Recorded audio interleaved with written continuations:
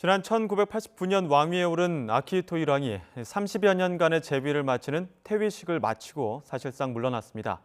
국민의 깊은 사랑과 믿음 속에 재위를 마쳐 행복하며 지지해준 국민에 감사하다고 소감을 밝혔는데요. 도쿄 특파원 연결해 자세히 알아보겠습니다. 황보현 특파원. 네, 도쿄입니다. 네, 퇴위식은 마무리됐죠? 그렇습니다. 오후 5시에 시작한 정부 주관 퇴위식이 약 10분 만에 마무리됐습니다.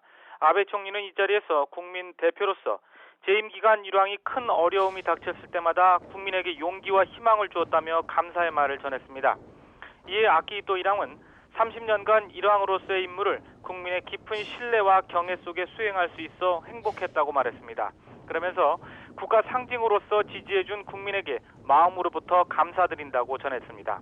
이 자리에는 왕실 가족들은 물론 아베 총리를 비롯한 정부 강요들과 지방자치단체장 등 300여 명이 참석했습니다. 이번처럼 일왕이 생전의 퇴위에서 왕위를 물려주는 일은 일본 전체 역사에서도 상당히 드문 일입니다. 1817년 아들에게 왕위를 물려준 고카쿠 일왕 이래 202년 만에 생전 퇴위입니다. 오늘 퇴위식으로 1989년 아키히토 일왕 즉위와 함께 시작된 연호 헤이세이는 31년을 끝으로 역사 속으로 사라집니다. 왕위는 큰아들인 나루히토 왕세자가 잇게 됩니다. 일본 정부는 지난 1일 새 연호 레이와를 발표해 새 일왕 시대의 개막을 예고했습니다. 나루히토 왕세자가 왕위에 오르는 즉위식은 내일 오전에 열립니다. 네, 아키히토 일왕 우리나라와 관련된 언급이나 행동도 과거 있었죠?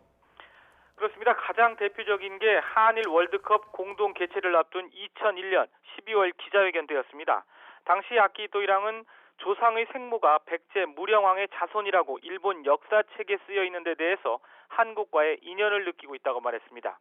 또 노태우, 김영삼, 김대중 당시 대통령이 일본을 방문했을 때는 과거사와 관련해 통석의 염을 금할 수 없다. 또 한반도에 큰 고난을 안겨준 시기가 있어 슬프다라는 등의 언급으로 사과의 뜻을 표했습니다.